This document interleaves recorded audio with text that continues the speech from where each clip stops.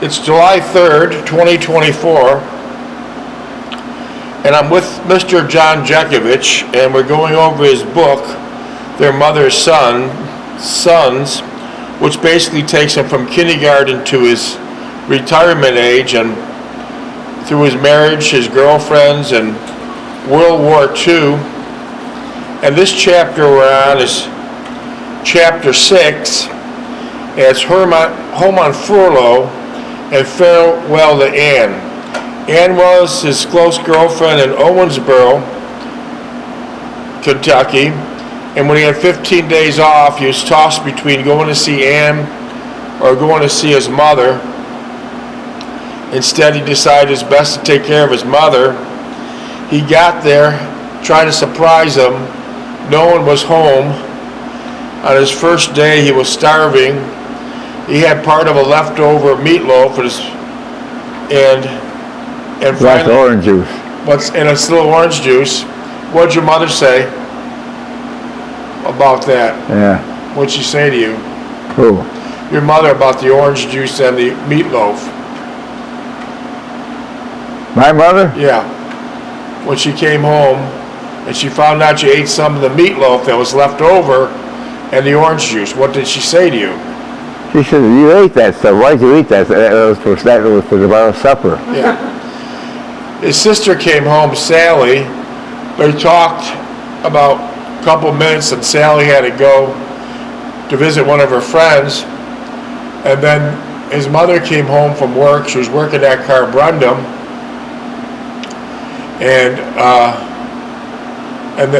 they greeted each other, had a nice greeting. But when his mother found out that he ate some of the leftover meatloaf from the day before, the mother got angry, and Mr. John Jeckovich went into the living room to stay away from any commotion, and he could hear his mother banging the pots and plates. What did it mean when your mother was banging the pots and plates? Made a what? Your mother was in the kitchen hitting the plates and the pots, making a lot of racket. Oh, yeah. They're all mad. They're all mad. They're all mad. So anyway, she slapped together what was left. Right? Your mother put together what was left of the meatloaf, and you guys had a dinner. And then right after that, they said, "We're going to the movies. Yeah, we went gotta to the go." movie. Yeah. And so you probably didn't see him for a few minutes. They had a little brief dinner of leftovers from the night before, and they went to the movies. What was the reason why they went to the movies? A good movie on. The plates? Yeah. They had plates they wanted to get, right? Yeah. Yeah. So, that's where we are in the book. Chapter 6, Home on Furlough and Farewell to Anne. And up to this point, Mr. Jeckovich is still a teenager, and he's went to about 6 or 7 basic training camps on the southeast. And his last one was near Owensboro, Kentucky, and this is the last camp. This is the last camp. That's why they have 15-day furlough before he gets shipped overseas. Yeah. Overseas. And was that customary before they send their soldiers to the front line? 30-day furlough, yeah. They give him a furlough. And he ended up in the middle of the Battle of Bulge, which wasn't a good situation.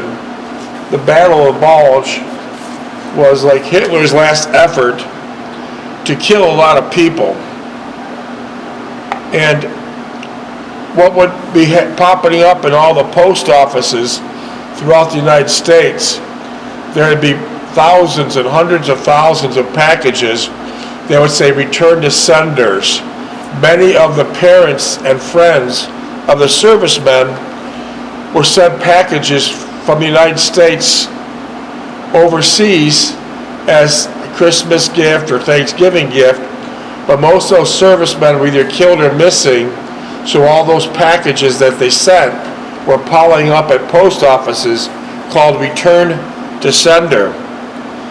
And as the year began, there was somber words were stamped on thousands and thousands of Christmas packages piled up at U.S. postal offices. Delivery was impossible because the servicemen to whom these presents had been mailed were either dead, missing, or captured, and casualties were mounting. In mid-December 1944, you're right in the thick of it at that time. Yeah. You're right in the Battle of the Bulge, in a trench with a heavy machine gun. I didn't get any mail from home or nothing. Yeah, nothing. Yeah. Just when the victory in Europe seemed certain, Hitler had hurled 400,000 troops at a stretch of the Ardennes front, defended by fewer than 100,000 battle-weary GIs. So Hitler threw at you 400,000 soldiers, German soldiers, and you guys were caught off guard. Yeah. You only had like 100,000 GIs there. Yeah. And these guys are tired and worn out anyways. They haven't had a decent meal, haven't had any warm shelter. They're on the move. Yeah, and on the move. And Hitler's plan was to smash through, capture Antwerp, and sever the Allied supply lines. A total surprise, the plan almost worked. By January 1, that'd be 1945, the German assault had punched a hole 60 miles deep into the American position. So those 400,000 troops surprised everyone, those German troops. We were on a rest area. You got pushed. They pushed 60 miles into where you were. And there was casualties. There was casualties everywhere. Then it stalled. U.S. units were surrounded, were fighting fiercely, and the British-American troops were battling the German flanks. Do you remember how everyone, all the Americans? Yeah, they sent in the 101st and 82nd Airborne to get us out. How about the 106th? Huh? How about the 106th? 106? 106. What happened to that? No, that was a ball outfit. Ball. But all the 106 got killed except. Oh yeah, they got a lot of casualties. They got slaughtered. 106 got slaughtered, and so the Germans, the American troops were battling the German flanks. You've seen Patton during the Battle of Bulge, right? Huh? You've seen General Patton during the Battle of Bulge, right? Patton? Yeah. What did he say to you when you were in a barn with some guys? No, we were sleeping in the barn. He come in at 3 o'clock in the morning. He said, "Get your ass out of here." He said, "I'm walking out in the rain. You got to do the same thing. Go to the next checkpoint and get out of here." General Patton was very active during the Battle of Bulge. General George S. Patton, he was an amazing man during that war. The Germans, he said, stuck their hands. This is what Patton said. General Patton said, the Germans have stuck their hand in a meat grinder, and General Patton said, and I got hold of the handle. That's what Patton said. Yeah. By late January 1945, U.S. forces have won what Winston Churchill called the greatest American battle of the war, which was the Battle of the Bulge, at the price of 81,000 GIs killed, wounded, or captured. The German losses, however, were half again as great. The Battle of the Bulge was Hitler's last offensive. The Battle of Bulge was Hitler's last offensive. And you were in it. You were in it right to the end. And a lot of people don't understand what destruction that Adolf Hitler caused. He was the most destructive human being in the world. He was evil, pure devastating evil. He was godless. In 12 horrific years, that's from, let's say, 1933 to 1945, Hitler conquered 22 countries and caused the death of more than 35 million people. Yeah. What an animal. What an animal. And reduced almost all those beautiful towns and villages in Europe to rubble. All the rubble. At its greatest extent, Hitler's empire stretched from the Caucasus to the Atlantic, from the Sahara to the Arctic. Yeah.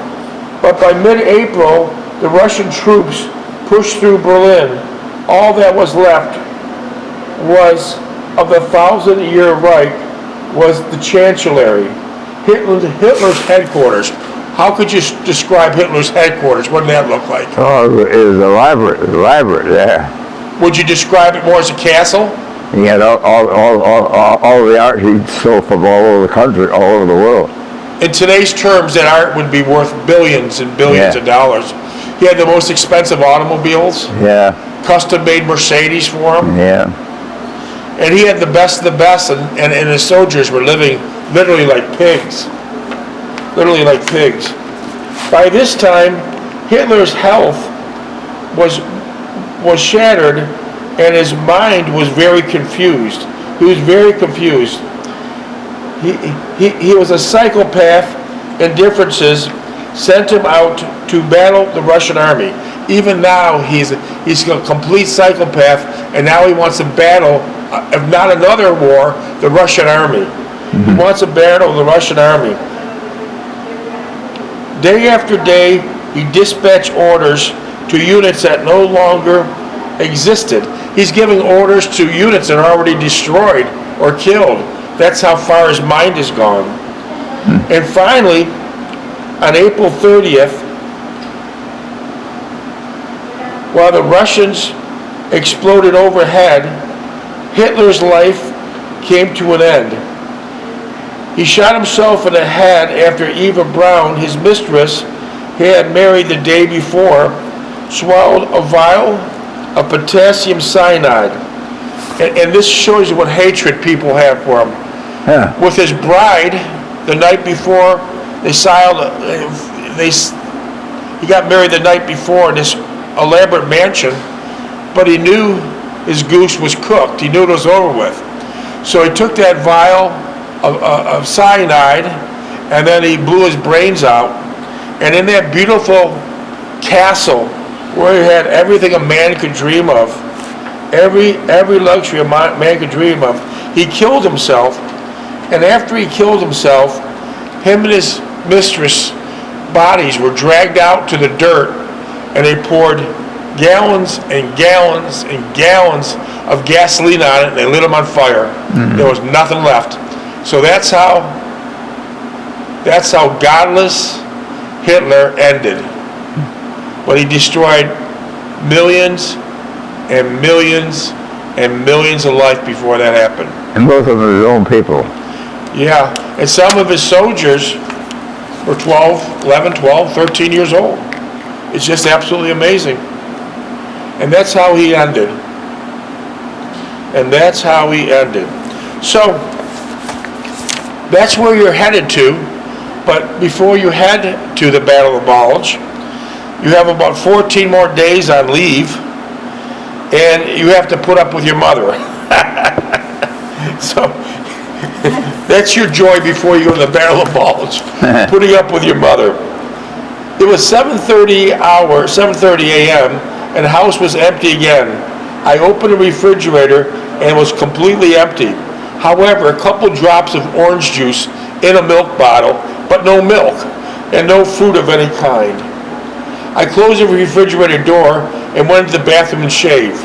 I decided to take my uniforms to be cleaned and pressed cleaners I spotted on Pine Avenue. I would then, hey, how you doing? Take care of yourselves. Take care. I decided to take both my uniforms to be cleaned and pressed at the cleaners I spotted on Pine Avenue.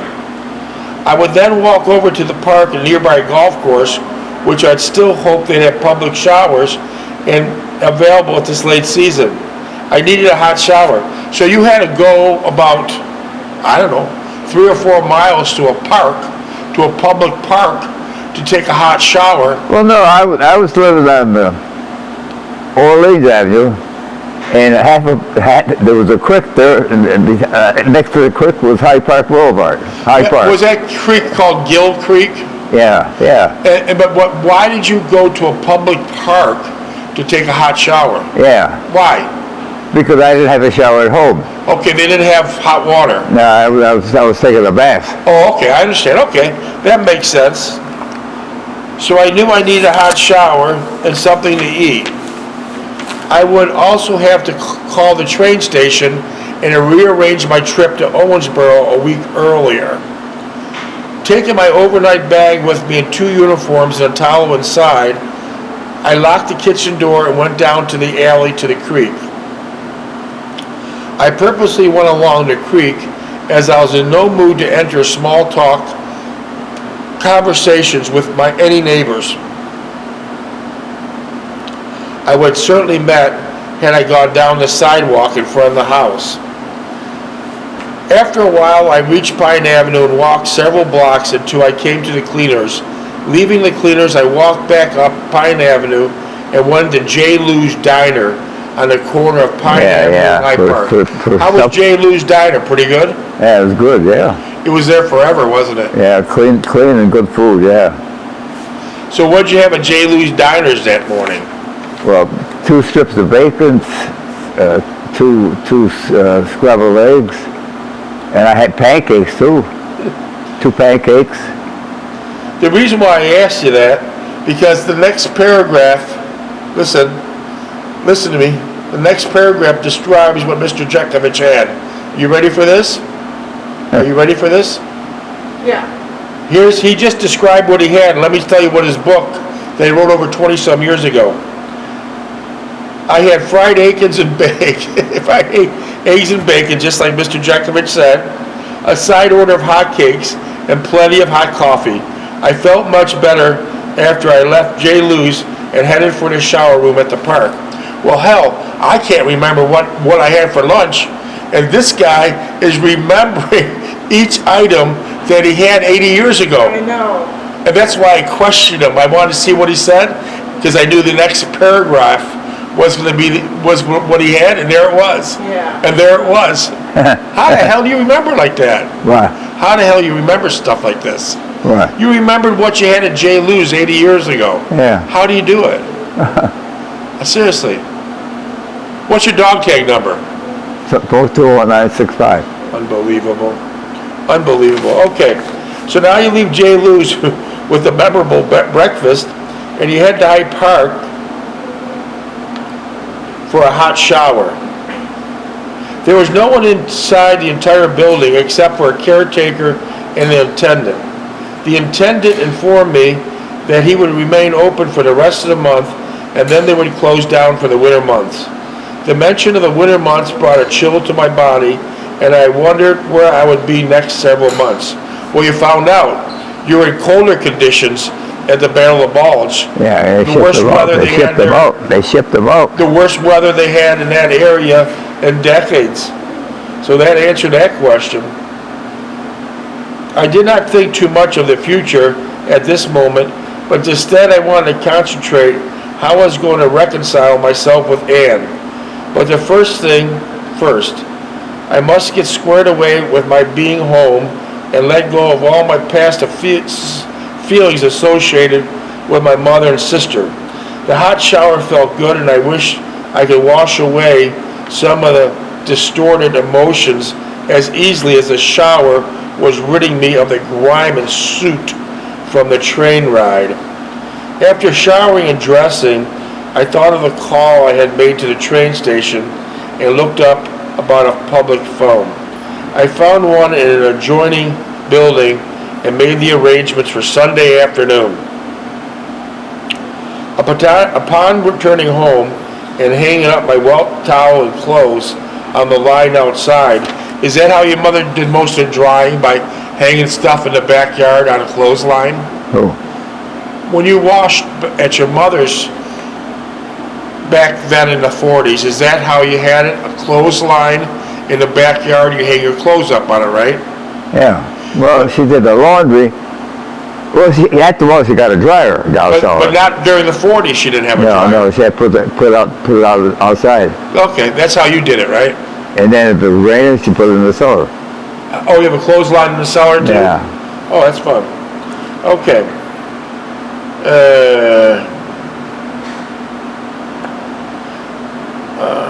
It was about 1,300 hours, and there would be no one home until 1,530 hours. I decided something to do around the house to show that my mother that I have not been sleeping all day. She always thought you were sleeping, right? Yeah.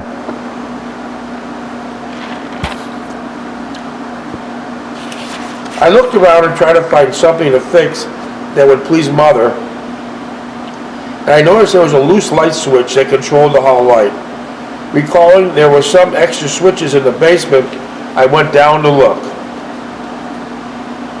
What are you looking going down the basement for? A light switch. You found a loose light switch in the house, and you're going down the basement, you remember there was a brand new light switch in a box or something down there, and you're going to fix it. Sure enough, there was one left, and I suddenly remembered the last time I had gone down here in the switch, it's before a switch, it seemed like 1,000 years ago. I installed a new switch and began looking for something else to do.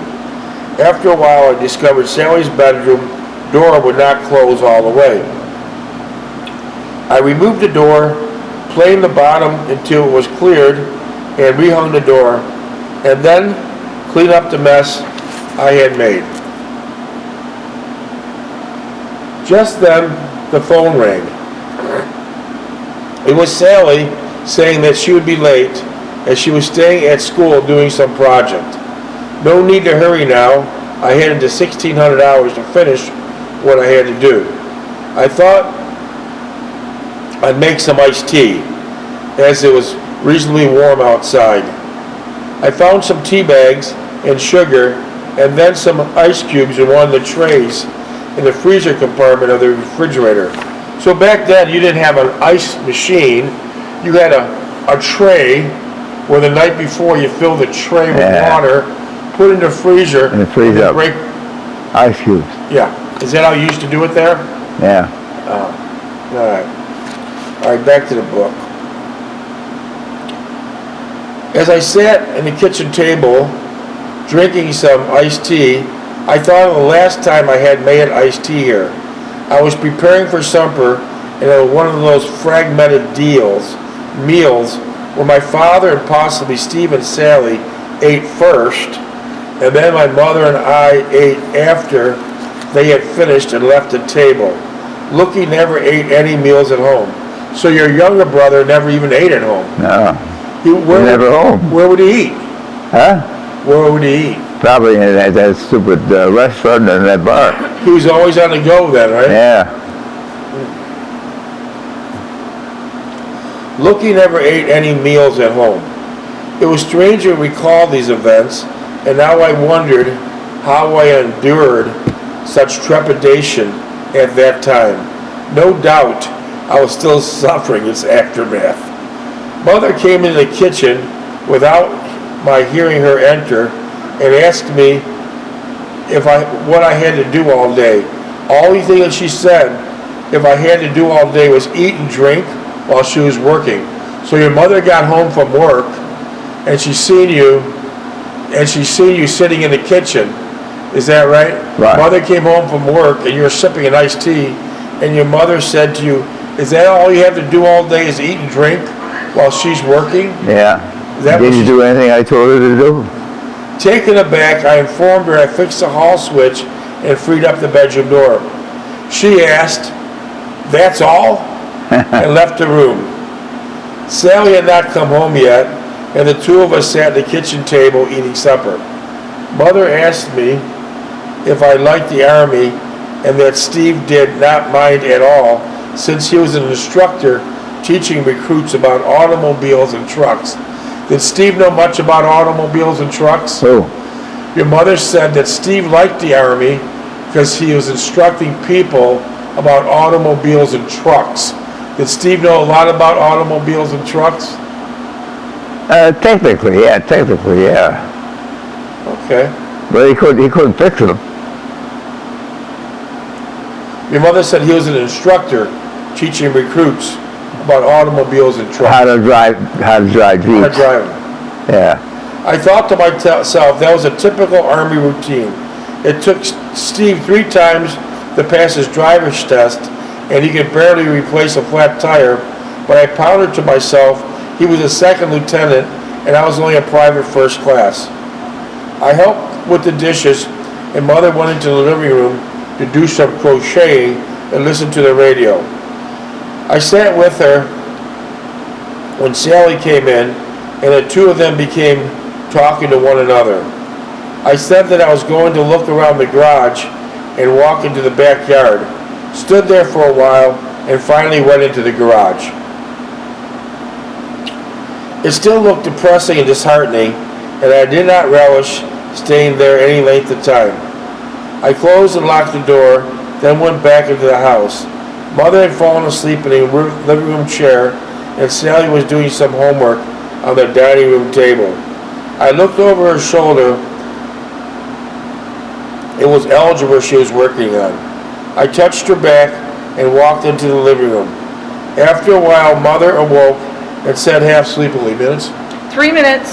Said half sleepily, not to make any noise, and she wanted to hear some of her favorite radio programs coming on the next hour. I sat there and listened to Fibber McGee and Molly, Grand Central Station, Lux Radio Theater. Mother enjoyed these immensely, and I could even laugh at several of their exploits. The next several days of furlough at home were pretty much the same as the first day. There was no special fuss made over me, and Mother and Sally followed their usual routine as if I had not been home at all.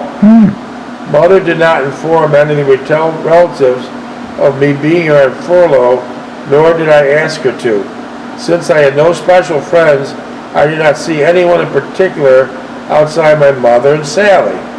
I usually wore a pair of slacks and a t-shirt as I was saving my recently cleaned press uniform for my trip back to Owensboro.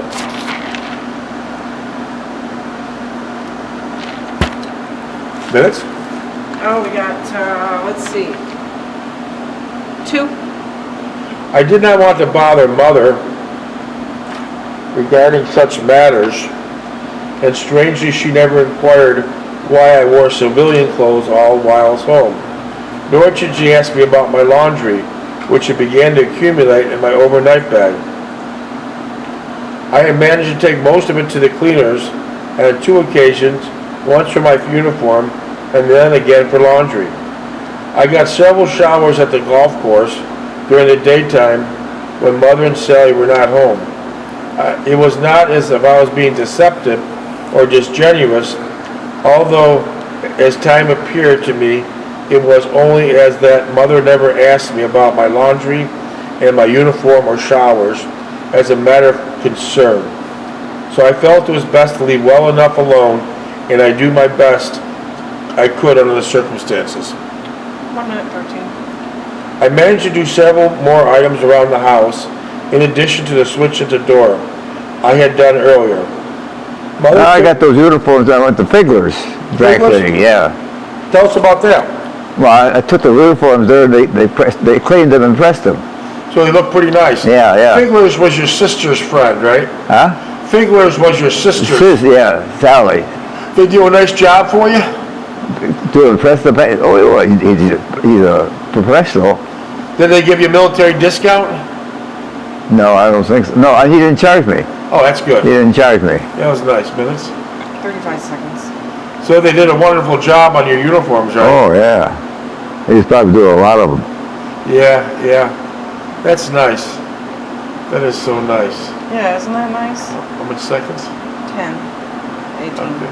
You can just My mother would put them in that stupid old-fashioned wash machine, and then stick them out in the line to dry, and they'd be hard as a rock.